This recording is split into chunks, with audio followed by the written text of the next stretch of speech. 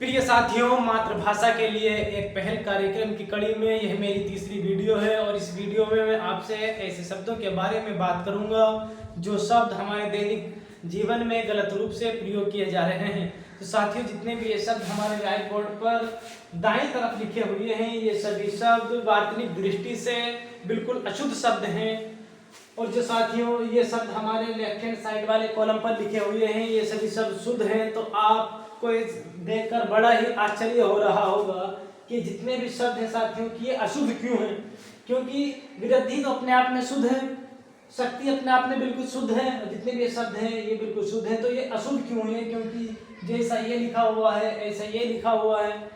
तो साथियों इसका एक कंसेप्ट है, और अगर आप इस कंसेप्ट को समझ जाओगे तो जितने भी शब्द हैं और इसी पैटर्न पर बनने वाले और न जाने कितने शब्द, सैकड़ों शब्द को आप भली भांति समझ जाएंगे। तो साथियों हिंदी भाषा में एक प्रत्यय होता है करण। करण प्रत्यय अपने आप में तत्सम प्रत्यय है। और साथियों ये जो करण प्रत्यय जिस शब्द के भी अंत में जुड़ता है उस शब्द के अंत में कभी भी हिरस्व इकार का अर्थात हिरस्व ई का कभी भी प्रयोग ना करें।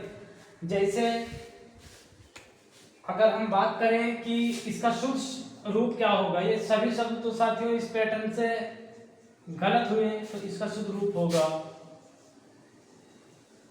वृद्धिकरण,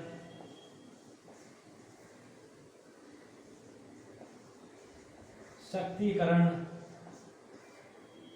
शुद्धिकरण, नीतिकरण और है राजनीतिकरण।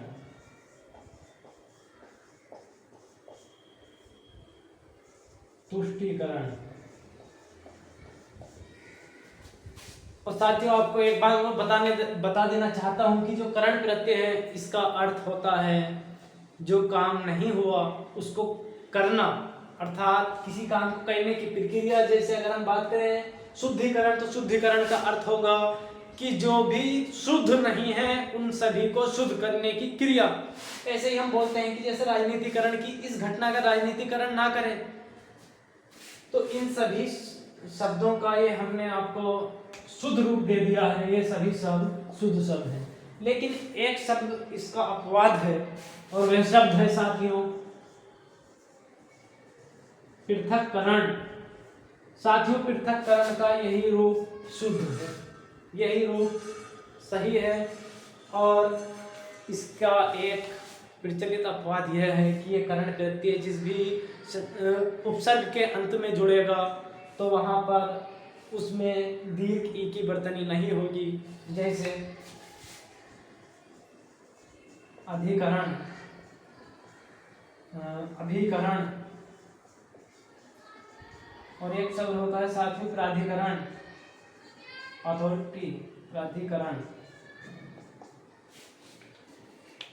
आपको इस वीडियो से जरूर कुछ ना कुछ लाभ हुआ होगा। धन्यवाद।